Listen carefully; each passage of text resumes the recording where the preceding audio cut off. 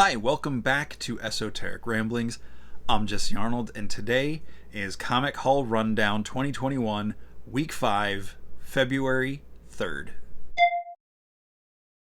Hey everybody, welcome back. Thanks for joining me again on Esoteric Ramblings. I've got my Comic Haul Rundown today, and we'll be doing a new reaction to WandaVision. I will be doing a reaction to WandaVision tomorrow in the morning, so be looking forward to that. Let's see what we've got going here. Again, I'm going to run through my list alphabetically until I get to my cover of the week and my top three. I will say this, my cover of the week is tied this week, and one of them is in my top three for the weeks also. So stay tuned for that a little bit later. This is my second time recording this video because as I was doing the first take on it, the fire department across the street, the siren went off, and then a fire truck went out, and then another emergency vehicle. So I didn't want to have to edit through all that. So I'm just starting over. Here we go. Rundown Week 5, February 3rd. First up is Avengers number 42. This is a very interesting story from Jason Aaron. In my previous take, I don't know if I'm going to get all of my initial reaction to it the way I did there, but Jason Aaron is tackling a subject that I'm kind of burnt down on, pun totally not intended, is the Phoenix. I'm really super not interested in Phoenix stories right now, except for the 10,000 BC or 10 million BC, whatever, prehistoric Avengers. That story I find interesting, and there is a connection to that in this issue. Which, if you've heard the bombshell about what happens and is revealed in this issue, please do not spoil it in the comments, although now that I've said that, some probably will. It would just be nice. This just came out yesterday, give some people some time to read it. But no, the Phoenix is a hard subject for me because there was the whole AVX, I mean, I guess that was about 10 years ago now, and other things. The Phoenix is just such a lot of people complain about characters being overpowered, and the Phoenix is a cosmic entity, so of course it's going to be overpowered, but it's just it never seems to have a purpose in a lot of recent stories except for causing conflict between characters. And I don't like watching my heroes fight each other. I will say at least Jason Aaron and the creative team on this are doing a great story. They're telling it well, and the art is beautiful. And I like that we're getting a lot of internal monologues or thought processes behind these characters' actions and why they think they are or shouldn't be the Phoenix. So that's really interesting. I'm enjoying that and some of the twists they're doing there, unrelated to the reveal in the issue. So for a subject I'm burnt out on, they're keeping me invested in the story. So looking forward to what's next. Speaking of what's next, got Future State Harley Quinn number 2. This was just a nice 2-part story. This wrapped it up with Harley's association with Crane, aka Scarecrow, and how they confront Black Mask. This was a really fun issue, or series, 2-issue series. I thought it was a nice different take on Harley, even though it feels like it's just a slightly in the future Harley. So up next is Hellions number 9. I definitely will not be able to recapture all the things I said about this issue in my previous take on this video, but I will say that this book, and it's not the creative team's fault, but the idea to use some of the villains in Krakoan history, or the Krakoan, the way mutants are being treated as a nation now, and that everybody gets carte blanche, they get to start over. I don't like it. I don't buy it. I don't know if someone's letting them do this because they want to see what happens, or I don't understand. Like, Sinister should not be given free rein to do anything, especially not by the likes of Magneto, maybe Magneto, but Professor X and some of the other hero characters that are on the Quiet Council. like that's one of my biggest issues with the whole Dawn of X thing in general is, and yes, they're mutants, and yeah, they broke man's laws in the past, but these are still bad characters, like villains doing villainous things. Maybe it'll have a good payoff in the end. The one thing that's really keeping me interested in this book is Quinn. I'm not sure if I'm saying that right.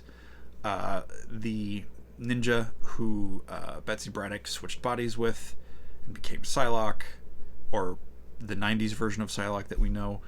Her, I want to know more about her, and I don't just mean like her backstory. She's very blank slate, almost very stoic, very hard to read, very hard to invest in emotionally as a character because there's just not a lot there. She's a really cool badass ninja with psychic powers, so that's awesome, but I wish I cared more about her story, and that's why I'm holding on to this book, because a few of the things in this that I'm getting along those lines are her kind of alpha role in the pack hierarchy that Wild Child at least sees, and some of the interactions with Grey Crow, who's a character, again, I don't know very much about, so seeing them together with her is interesting. I don't really like Empath. I'm not a big fan of Nanny, and just that whole dynamic with her and Orphan Maker. It's just, it's never been a plotline I've enjoyed, so it's difficult to enjoy this book because of those things, but the creative team is doing such a good job that it's keeping me back for the time being. Speaking of X books, King in Black Marauders one-shot was out today, or Wednesday rather. This was a fun adventure with these characters. It was fun to really get to see Kitty do some stuff, instead of just be dead or not being able to access the gates or whatever. I still feel like she's kind of getting a raw deal in all of this Dawn of X era, but it was cool to see her get to do some stuff. And, excuse me, Kate, not Kitty, as the Red Queen. There are some cool things going on with her. Just how her and Emma are kind of, I don't know. Again, it's one of those things with the House and Dawn and Powers of X stuff that just throws me a little bit, but it still keeps me going, so I'm gonna hold out and see where it goes. Another King in Black tie-in, which is not what interests me about this book, but the Return of the Valkyries is continuing on the Jane Foster Valkyrie storyline that picked up from Thor and into the Jane Foster Valkyrie story. Now this, and there will be a new miniseries, The Mighty Valkyries, coming out in a couple months. So definitely enjoying seeing her and getting reunited with more of the Asgard characters and different things. So if you like any of the Valkyrie characters or the Asgardian characters, definitely want to check out this book. Alright, up next is Star Wars 11. This is picking up after the events of last issue, where they found an old protocol droid to help translate rebel transmissions, so they would be scrambled and the Empire wouldn't be able to find them. And I don't know if I like how they treated Leia in this issue. Not treated her, but how she was written. Some of the things she did, I know she's doing it for the rebellion, it just felt very un-Leia-like to me. But I really like Charles Soule's writing, and I'm going to, I mean, it's not enough to make me not read the book, but it just left a bad taste in my mouth. And I guess that's a good storytelling, that your heroes aren't always prim and proper and doing everything's 100% perfect. I just don't know if I like this particular flavor on this, so we'll see.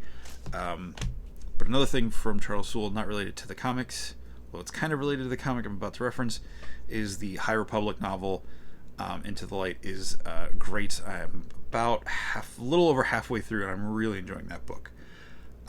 Speaking of High Republic, next up on the list is High Republic Adventures. This does not feel like some of the other Star Wars adventures or other adventure titled kids books or younger reader comics. This definitely is geared towards younger readers, and I think is an accessible point for them if they're not into the full reading of a hardback novel and that sort of thing yet. It's definitely tying into the events that are happening in the book and making references to that, so it's nice to see some visual things outside of the book in reference to the disaster that happens in the early chapters of that book, which I won't spoil, but there's a disaster and the Jedi have to respond to it, and this book picks up on some of that, and it's fun seeing this issue focused on a bunch of Padawans getting put into action by Yoda and another Jedi in response to this disaster that's happening. So, and I believe we also see some of the villains from this era in illustrated form for the first time. I don't think they've shown up in the High Republic proper comic, like the main book yet. And obviously the novel doesn't have pictures, so I know there's been art released of them, but as far as visual in-story active, this was the first time I've seen them, so that's kind of cool. I'm not going to say their name because I don't know how to pronounce it yet. And I don't want to say it wrong, but the bad guys of this era are pretty interesting. Up next is Strange Academy, number 8. Number 7 was out last week, and that was a great issue. This picks up following, of course, the events of that, and some really cool stuff in this one. Didn't quite hit me as strongly as last week's issue, but it is still a great book. I love seeing the basically magic school for the young people of the Marvel Universe. Has been a lot of fun. X Factor number 7. We find out a little bit more with what's going on with Siren after the events of last issue. That kind of reveal at the end of that and what's going on with her. I never read the old X Factor where some of those plot threads were really relevant. So it's nice to see that some of these new X books are tying back to previous stories other than just the generic stuff that everybody knows about. They also make a couple references to other things. I think it's in this issue. Regarding the alternate reality that Nate Gray established in the Age of X-Man, which happened just before the whole House and Powers of X story, or House of X, Powers of 10. So it was cool to see that referenced, even though I did not like that Age of X-Man storyline. It's nice to see these X-Men actually referencing stories to make me feel like some of the stuff I've been reading all these years still matters. So, that brings me to my cover of the week, which is actually a tie. It's a tie for Future State Wonder Woman. We got the Jenny Frison cover here of Yara Flor, I believe is her name, and the main cover, the Joelle Jones, who is actually writing and drawing the interiors on this issue. I just love the pop and the color and just the power of this image, and then just the detail and the style and just all these characters being piled on here is great. Is great covers for Future State Wonder Woman number 2, which I believe is the end of the Future State story. But I did see online that this version of Wonder Woman is going to continue, I think, as Wonder Girl down the road, but I don't have any official solicitations to share. But yeah, so this version is going to continue, which is great because I really enjoyed this. And I'm going to say that also serves as number 3 in my top 3 pick is Wonder Woman Future State Wonder Woman number 2. So this is number 3 for the week as we follow Yara as she goes into the underworld to find her friend. And it's just really well done, great art, some good humor. I really like that she's got such a different personality from other characters I've seen as Wonder Woman.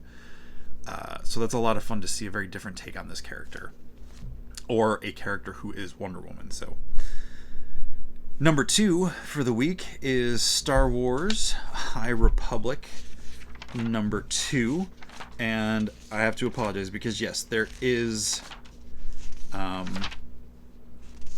there is one. There is a character in this that is also the villain. I mean, you can see him right there on the cover.